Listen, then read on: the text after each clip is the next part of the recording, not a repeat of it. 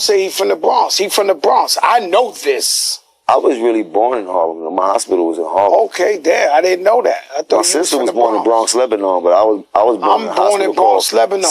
You're hurting my pride right now saying you was born in Harlem. I mean, they bring from Flower Fifth Avenue. They bring me to Weeks Avenue to Katona Park. I need them all lined up from the Bronx. Nah, I'm a Bronx kid. I'm a Bronx kid. I'm a hybrid. Yo, Jay, I need them all lined up. I need all my chest pieces. I need, the Clips, they from the Bronx. Then they moved down to VA. I'm just telling you the truth. Nah, but I got the best of both worlds, man. I got all the attributes from the Bronx and everything from Harlem. Like I'm a rare breed. Like I understand. I'm a very aggressive rare breed. I'm a very aggressive hustler. You know what I mean? Like I got the best of both worlds. So I love it, man. Shouts to the BX. It started with one small correction, a few words that might have sounded harmless. But in Harlem and the Bronx, even birthplace claims carry weight. Because when you grow up in New York's hip-hop ecosystem, identity is currency. You can't just say you're from somewhere. The streets decide if that's true. And in this moment, Jim Jones was trying to balance two worlds: Harlem prestige and Bronx aggression, the perfect origin story for a self-made hustler. But the problem? The more he talks, the more people start checking the receipts. This isn't about birthplace pride. It's about credibility, the foundation of every legend's name in hip-hop history. When you say you're from Harlem, you're claiming the same soil that built Big L, Mace, Cameron, that slick talk energy that turned blocks into brands. And when you mix that with Bronx roots, the birthplace of hip-hop itself, you're touching sacred ground. Jim wanted both. But as time went on, that dual identity became the first crack in his story. Because the people who actually built those legacies, the ones he says he stood beside, started stepping forward saying, "Hold up, that's not how it happened." The streets remember who was there when history was being written. And now those same voices, 50 Cent, Nas, Cameron, and others, are rewriting the narrative Jim Jones tried to own.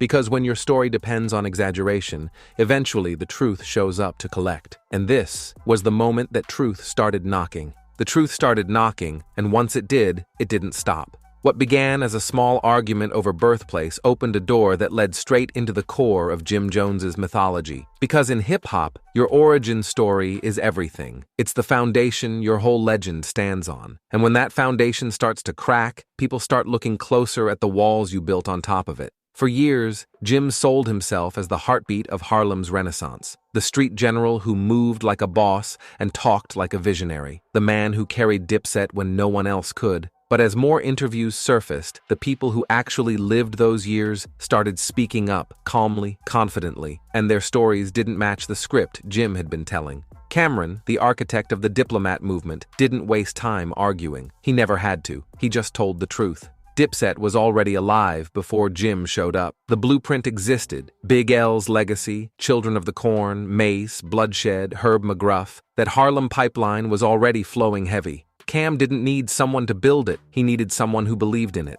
Jim arrived later, not as a co-founder, but as a supporter who wanted to be near the movement that was already shaking the streets. That part of the story matters, because Harlem doesn't forget who was outside when the cameras weren't rolling. Cam remembered the days of dusty mixtape covers, dollar store blank CDs, and long nights trying to get a DJ to spin a freestyle. He remembered who sacrificed and who spectated. And that's why, when Jim started calling himself the CEO of Dipset, people looked at him sideways. Being around greatness doesn't make you its creator. Cameron spoke on it once, not out of hate, but out of correction. He said Jim used to offer his grandmother's house as a hangout spot. It wasn't about loyalty or leadership, it was access. Jim wanted to be part of the story so badly that he attached himself to anyone who could make that happen. And at first, it worked. He became visible. He became familiar. But visibility isn't the same as legacy. It's a shadow. It looks like the real thing until the light changes.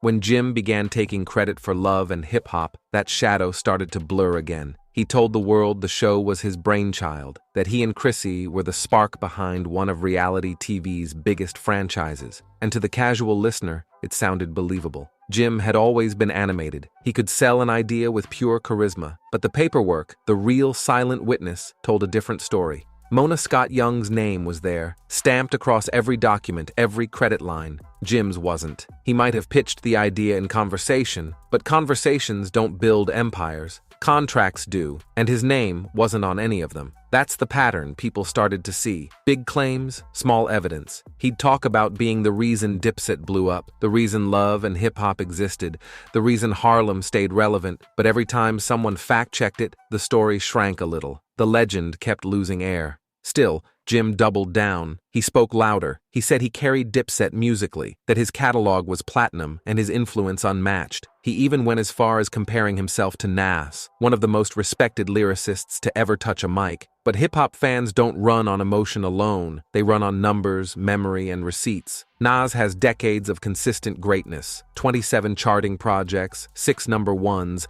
endless critical acclaim. Jim had 9 Billboard appearances and 1 undeniable hit record. The comparison wasn't just off, it was insulting to the people who still measure hip-hop by penmanship and legacy. When the polls went up, Nas or Jim Jones, Harlem laughed. The results weren't close. Even the platforms that hosted Jim's interviews started running quiet fact checks in real time. You could see it in the host's eyes, respect for what Jim accomplished, confusion for what he was claiming. And as those clips circulated, the myth of invincibility began to crumble. Jim tried to pivot again. He said it wasn't about lyrics, it was about marketing. It wasn't about artistry, it was about hustle. But every shift felt like an excuse to avoid a simple truth, the gap between who he was and who he wanted to be. Because when you've built your image on being the alpha, admitting you exaggerated feels like defeat. Then came the wiretap, the case that changed everything. The moment 6ix9ine's federal situation exploded, Jim's name surfaced in the background, quietly, carefully. On those recordings, a voice sounded unmistakably like his, discussing gang hierarchy and discipline. And when the indictments fell, nearly everyone involved faced consequences, except Jim. That silence in the paperwork spoke louder than any headline. How could a man so publicly tied to the conversation walk away untouched while the rest fell? The streets didn't need to say it. They already knew what that question implied. And 50 Cent, never one to hold his tongue, made sure nobody forgot it. He called him out by name. He quoted the transcripts. He asked the same question millions of viewers were whispering online. If Jim was really the general he claimed to be, why did the feds call him Individual One? Why did the storm pass around him while hitting everyone else head-on? The internet ran wild with theories, but one thing became clear. The tough guy aura started to fade. It's hard to preach fearlessness when people think you're protected by something other than muscle. That wasn't the first time his street credentials were questioned. Whack 100 pulled back another curtain when he claimed Jim paid his way into certain Los Angeles circles. According to Whack, those West Coast affiliations weren't earned, they were purchased for safety. And in a culture that prizes authenticity above all else, that revelation cut deep, because it meant the man selling Harlem honor might have been renting someone else's respect. Through all this, Jim kept talking. Every interview became another chapter in his self-written autobiography. Depending on the host, he was a visionary, a general, a pioneer, or a misunderstood genius. But the people who actually lived beside him, the Camerons, the Mazes, the Max B's, kept telling a different story. They didn't scream or insult, they just corrected. And that quiet correction echoed louder than any diss record could. Cam didn't argue. He laughed. Mace didn't threaten. He clarified. 50 didn't need to explain. He just pointed at the evidence. Even Nas, the one Jim claimed to surpass, didn't say a word. He didn't tweet, didn't respond, didn't flinch. And that silence carried more weight than any reply. Because real legends don't need to defend their thrones. The culture does it for them. By the time the Dipset versus the Lox battle hit the stage, the story wrote itself. The world watched Jadakiss dismantle everything that made Dipset look untouchable. Cam stood cool. Jules tried to keep energy high, but the cracks showed. Jim, in a moment that looked more desperate than daring, tried to crowd surf his way through the embarrassment. It was symbolic, a man trying to stay above the truth by diving into the crowd. But the crowd saw everything. No editing, no spin, just performance versus performance, and Dipset lost. After that night, interviews turned into damage control. Jim talked about what could have gone better, what he tried to do, how he carried his weight, but the footage didn't lie. The energy that used to follow Dipset everywhere had turned into nostalgia, powerful but untouchable. Cam knew it. That's why he moved on. He said reunions sound good on paper, but brotherhood can't be forced, and that's what separates Cam from Jim. Cam let the past stay legendary, while Jim kept trying to rewrite it. Then there's Max B, the ghost that still haunts every conversation about Jim's prime. Max wasn't just another artist under his wing, he was the voice behind the hits. He crafted hooks that gave Jim an identity. He invented that melodic wave long before it was mainstream.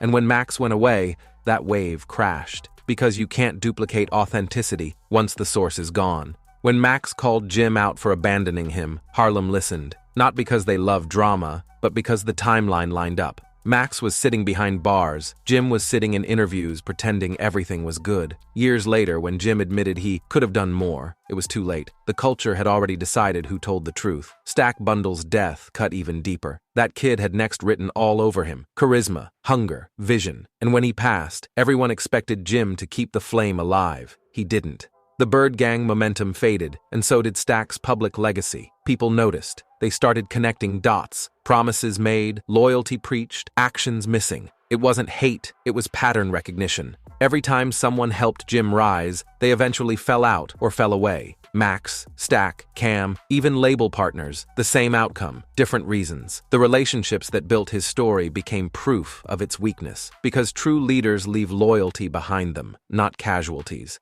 By the late 2000s, Jim's interviews became predictable. He'd tell a new version of an old story, emphasize his impact, remind everyone of his grind. But the streets had already decided. When Harlem legends like Maze started speaking publicly again, it wasn't nostalgia, it was preservation. They didn't want history rewritten while they were still alive to correct it. That's why Maze and Cam started their sports show, using humor to restore facts Jim blurred. They weren't being petty, they were protecting the timeline. Jim's biggest tragedy isn't that he lied, it's that he didn't need to. He actually had a lane that was his own. He brought swagger, energy, visuals. He represented hustle in a way that connected. If he had leaned into that truth instead of inflating it, the culture might have crowned him differently. But ego doesn't know when to stop talking. And once you start building a castle out of exaggerations, you have to keep defending the walls, even when everyone sees through them. Now, when Jim steps into a studio or podcast, it feels less like storytelling and more like survival. Every new claim sounds like an attempt to secure legacy before it's too late. He knows the documentaries are coming. He knows the podcasts will lock these stories in forever. And he wants to make sure his version gets told first.